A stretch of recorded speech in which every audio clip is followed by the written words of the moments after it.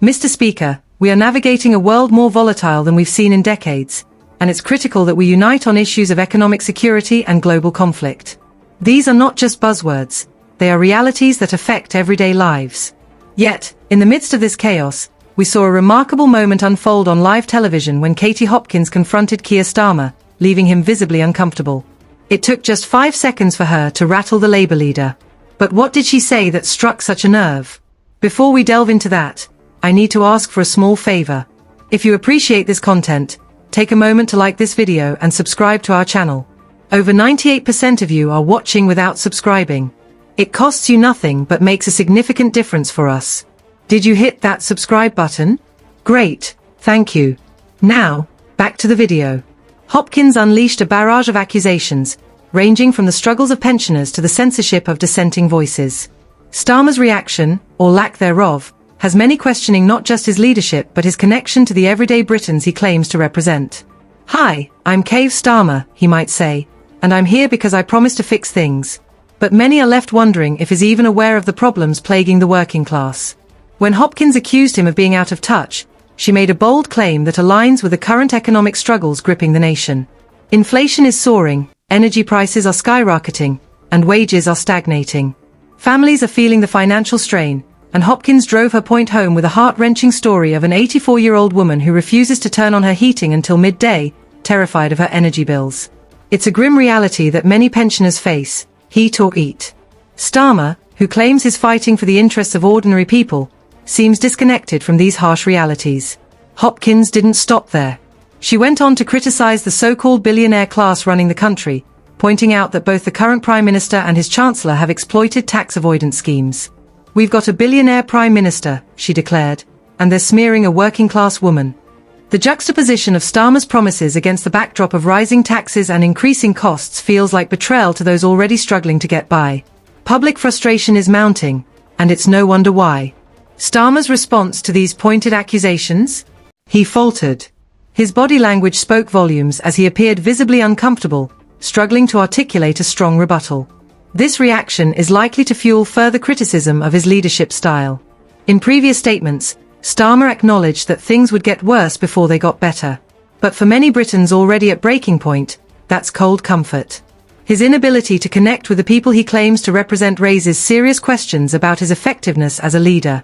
As Hopkins continued to hammer him with tough questions, Starmer's silence became deafening. Is he out of touch, or is she right to label him as one of the least effective leaders in recent memory? This confrontation escalated when Hopkins took aim at the essence of Starmer's leadership, questioning how he would respond to the growing discontent among the public, especially with a petition demanding a general election gaining traction, over 2.5 million signatures and counting. This situation isn't merely about economic hardship. Hopkins accused Starmer of stifling dissent and dodging tough questions, a damning indictment of his leadership that raises serious concerns about democratic principles. Critics argue that Starmer's approach has grown increasingly authoritarian, prioritizing control over genuine accountability. Many Labour supporters are growing disillusioned, questioning his management of key issues such as immigration and housing policies. Starmer's lack of transparency hasn't gone unnoticed. Commentators are openly questioning his effectiveness as an opposition leader. This criticism resonates with a public that is already skeptical of political leaders. So, is this confrontation with Hopkins a turning point for Starmer and Labour? The implications could be monumental, especially with a general election on the horizon. Starmer's performance in the face of such serious accusations may define Labour's electoral prospects. Social media buzzed with reactions following the Hopkins-Starmer showdown, much of it unfavourable to the Labour leader. Many viewers praised Hopkins for articulating their frustrations, while others expressed disappointment in Starmer's inability to mount a solid defence of his leadership. As the dust settles, the reality is stark. Starmer faces an uphill battle to convince the British public he's the right person to lead the country. The growing petition for a general election indicates that patience is wearing thin. If Starmer cannot connect with voters and address their concerns directly, Labour may face a reckoning at the ballot box. Hopkins' confrontation has exposed a growing disconnect between political leadership and public sentiment in the UK. Her allegations that Starmer is out of touch with working-class realities and suppressing dissent within his party resonate with many viewers. Starmer's uncomfortable reaction and lack of a robust defence only serve to intensify criticism. This event reflects a broader trend where citizens demand greater accountability from their leaders. The role of media figures like Hopkins in challenging politicians and amplifying marginalized voices is increasingly significant as public trust in traditional political structures wanes. We're witnessing a shift in how political debates unfold. The long-term impact of this confrontation could be substantial, forcing the Labour Party to reassess its strategy and reconnect with disillusioned voters. More broadly, it raises questions about the future of political discourse in the UK. Will we see more direct confrontations between public figures and politicians?